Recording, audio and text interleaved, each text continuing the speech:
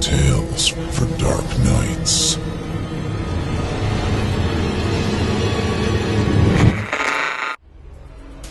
The following performance is a second-round entry in the 2016 Evil Idol competition, and you, the listener, get to help decide who wins. Like what you hear? Click the thumbs up. Don't care for it? Click the thumbs down. Good luck to all of our contestants.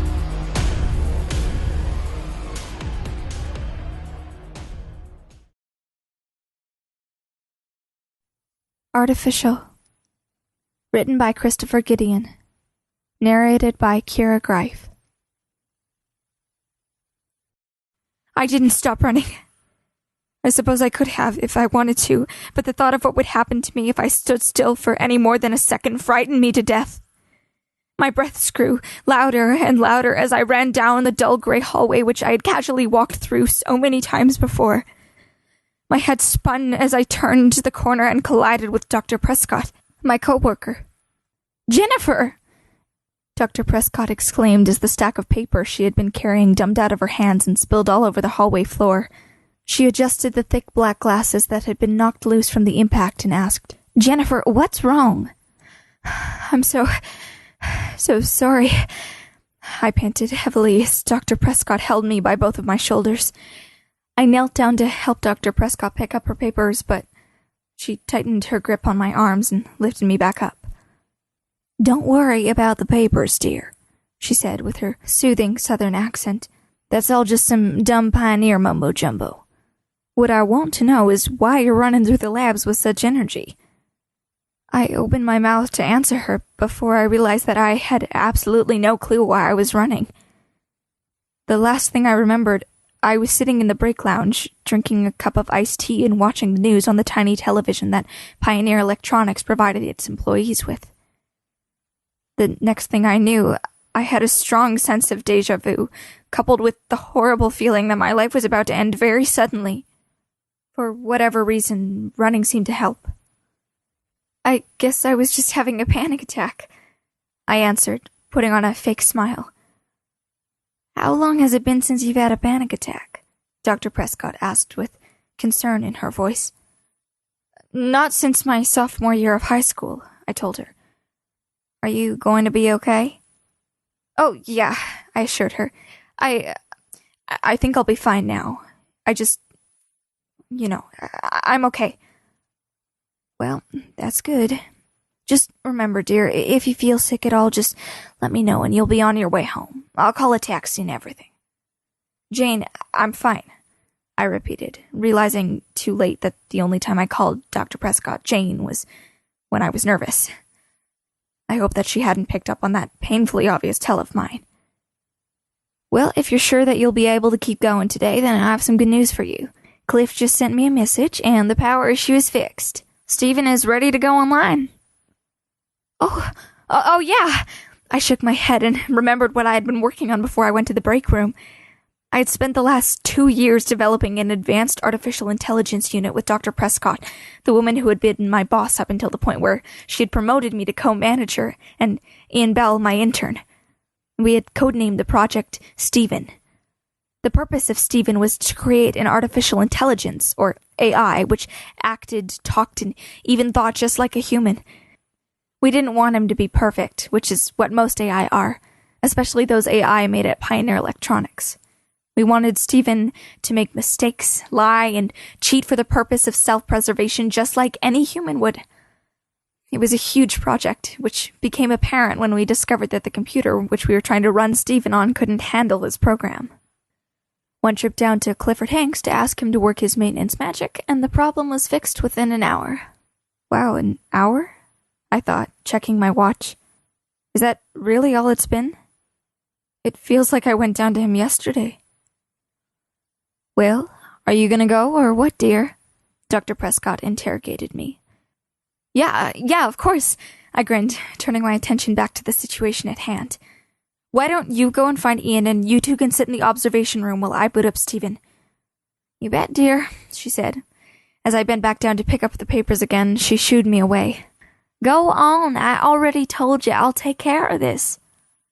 I nodded excitedly, turned around, and headed back in the direction that I was running from. After 2 years of working with the brightest programmer I've ever met, I was finally going to meet our fantastic creation. While I knew I was supposed to be happy about this big moment, I still had a horrible sense of fear in the pit of my stomach.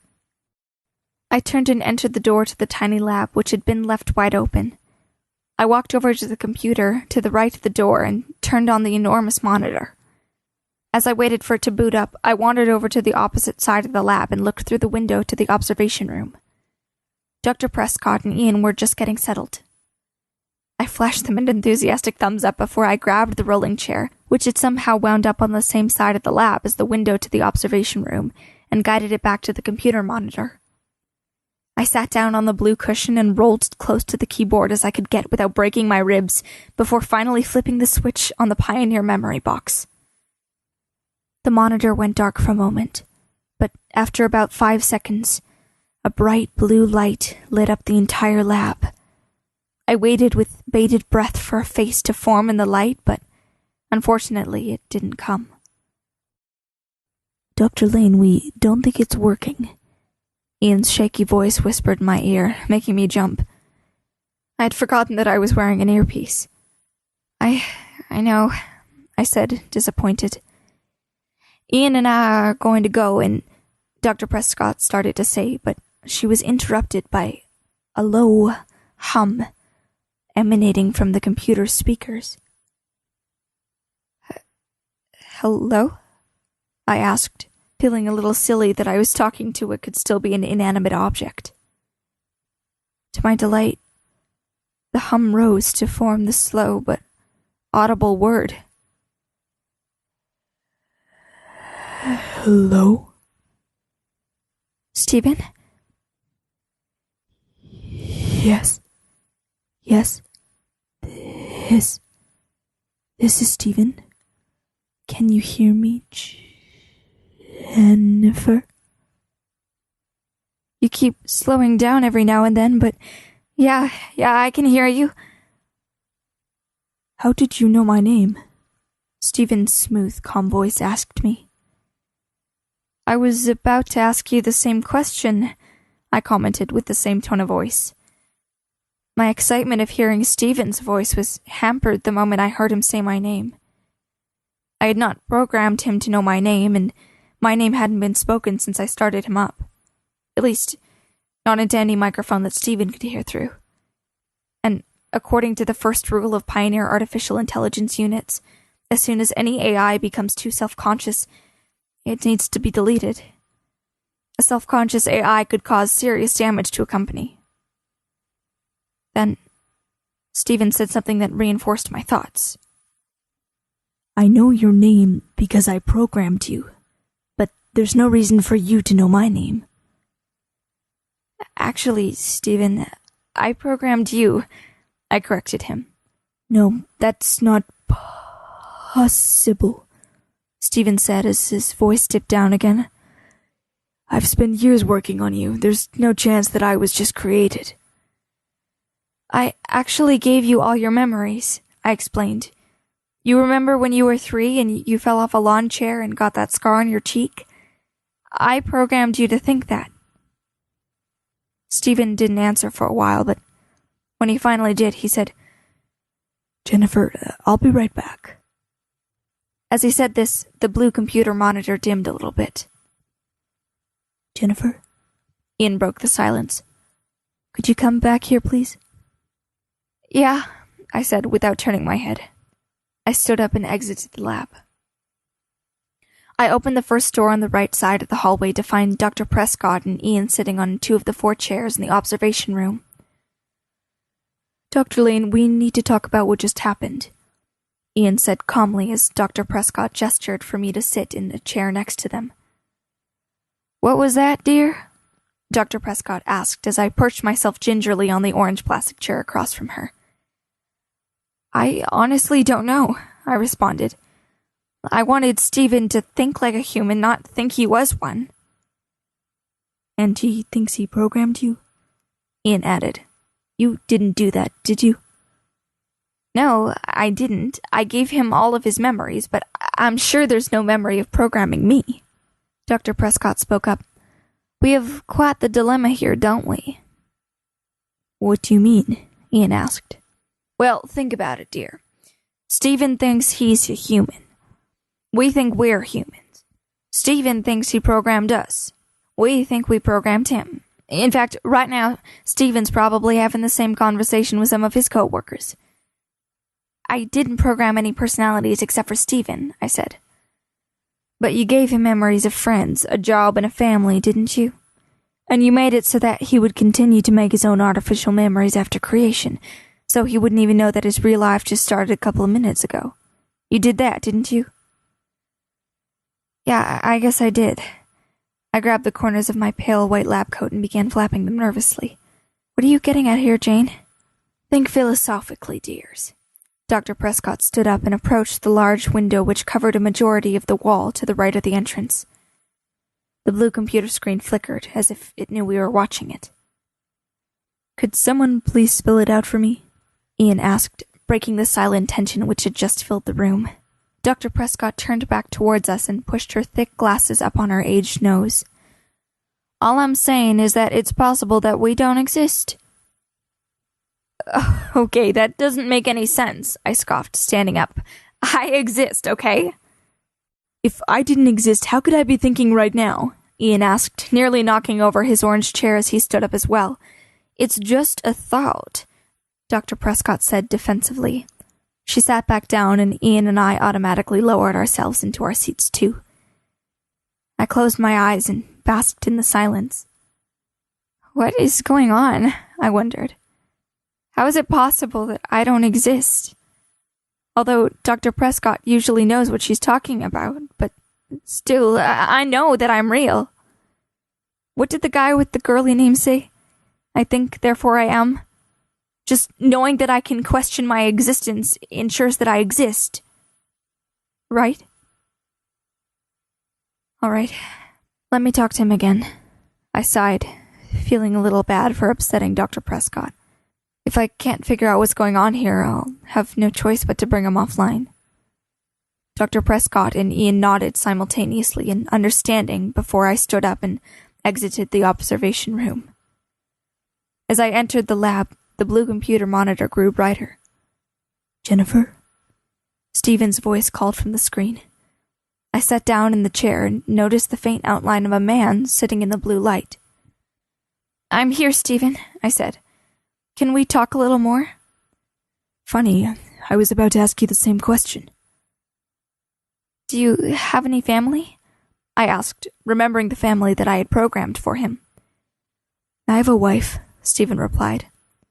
Her name is Melinda. What about kids? 2. They're both girls. What are their names? Madison is the older one. She's 13. Lillian's 8. Would you like to see pictures of them? I'd love to. I smiled. The more we talked, the more apparent Stephen's silhouette on the screen became. I realized that I was holding the corners of my lab coat again, and I released them quickly. I knew that Stephen was feeling the same awkward tension that I was, which comforted me a little. The figure reappeared on the screen. By now, the blue light had faded enough for me to see Stephen's eyes, nose, mouth, and ears. I could even make out some blinking lights on the wall behind him. Here, this is my wife, Stephen smiled, holding a framed picture up to the camera. In it, I saw a man and a woman. The man was Stephen, and he looked much, much younger in the photograph than he did on my screen. The woman next to him, Melinda, had long, wavy brunette hair, a pair of big eyes, and a smile that stretched from ear to ear. I remembered creating that picture. And these are my children, he said, taking the picture of his wife away from the screen and instead holding up one of 2 girls sitting in a pumpkin patch. Maddie and Lil mean the world to me, he added quietly. They're beautiful, I told him, wiping a tear from my eye. Are you married, Jennifer? Yeah, I just got married, I said. A year ago today. What's his name? Jeff Lane. Do you have any pictures? I already had the picture of Jeff in my hand. Holding it up to the screen, I noticed Stephen's hazel eyes light up as he saw my husband's picture. It didn't take a genius to know that he had seen it before. I took the frame away from the camera and set it back down below the monitor. Stephen and I spent an hour talking about our families, friends, and jobs. Neither one of us mentioned AI again. It was like talking to a real human. Well, mission accomplished, I thought as I walked home that night. I wanted an AI that would think just like a human, and I got one. The next day at work, I found Ian before I found Dr. Prescott.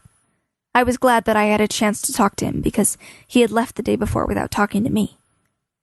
"Ian," I said, grabbing his shoulder as he passed by me, "could I have a word with you?" "Yeah, sure," he said with the same surprised look that he always had in his eyes.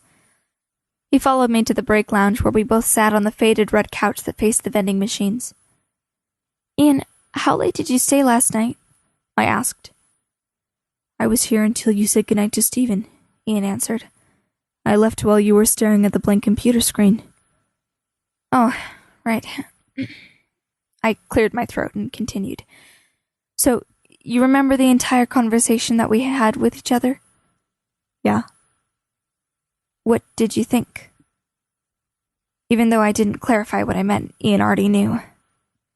"I think he's going to have to go."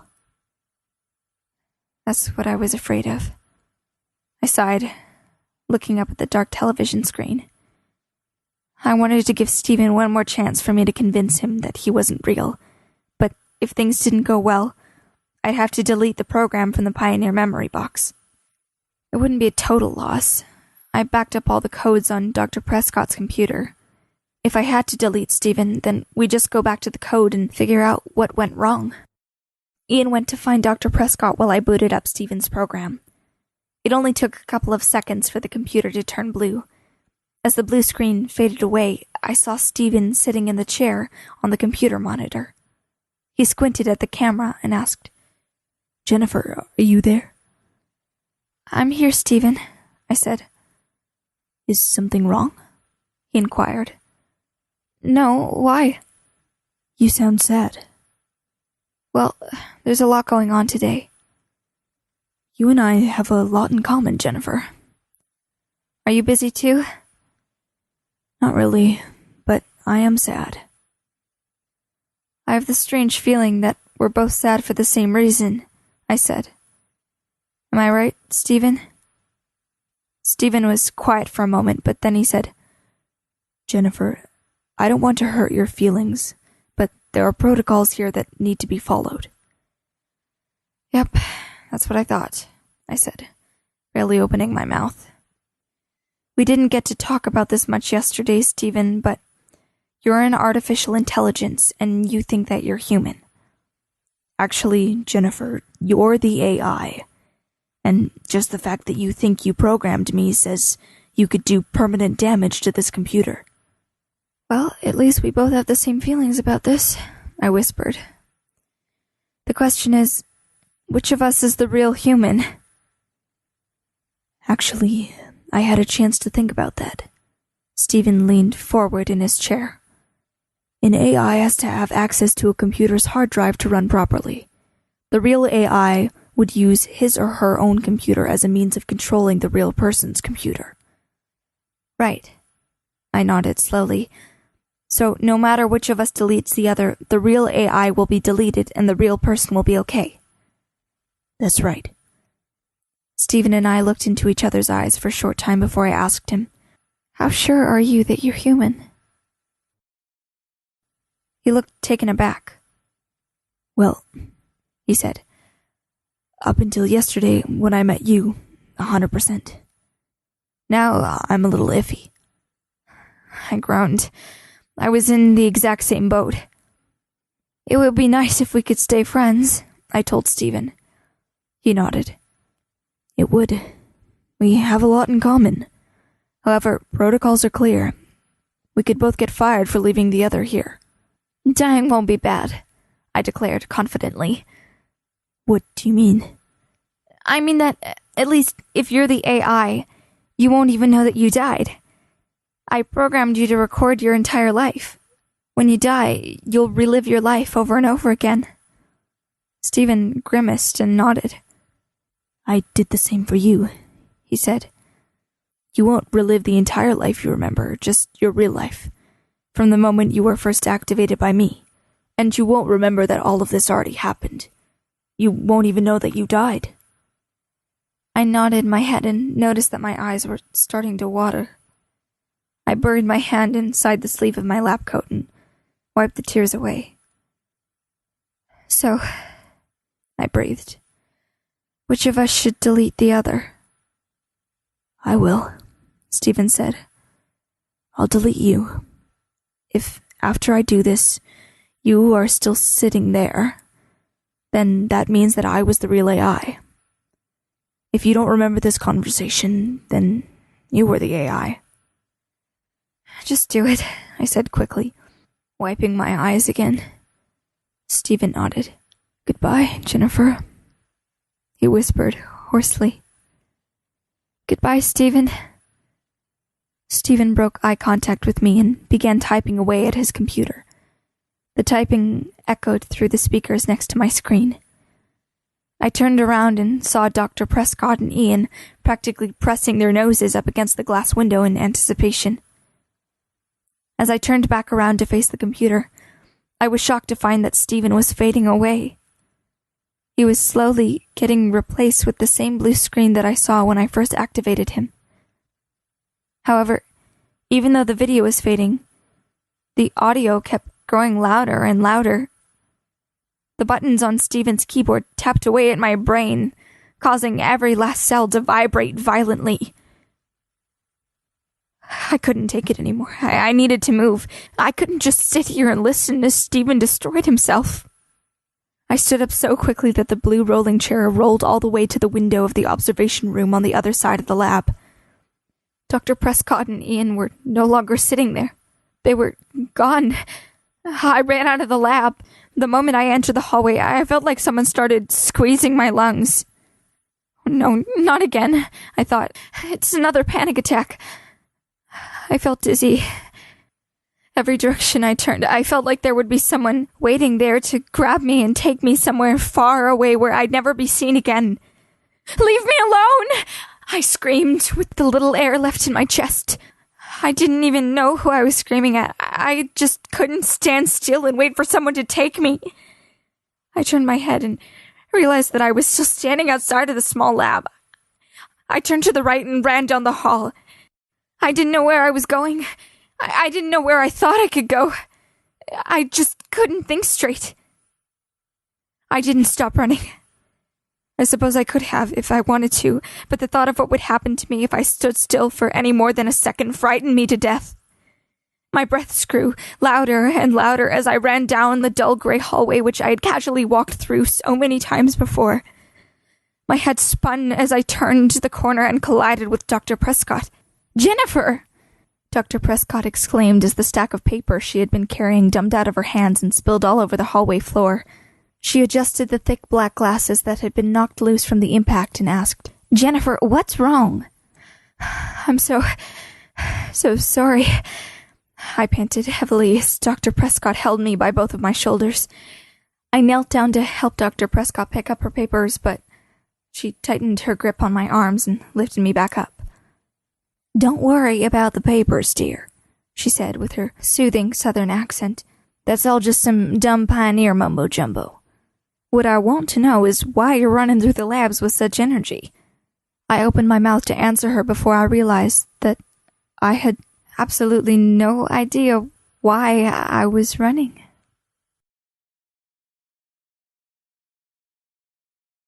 Thanks for listening. If you haven't already, don't forget to cast your vote for this contestant via a thumbs up or thumbs down vote. By doing so, you'll help us determine who will become the next permanent member of our voice acting team. At the close of voting on August 15th, based on your votes, the top 25 contestants will advance to the third round, which begins September 1st, based entirely on your votes. Thank you for voting and for helping to spread the word. You're listening to Chilling Tales for Dark Nights. I'm Steve Taylor, host of Chilling Tales, the podcast, encouraging you to turn off the lights and turn on the dark. Chilling Tales for Dark Nights.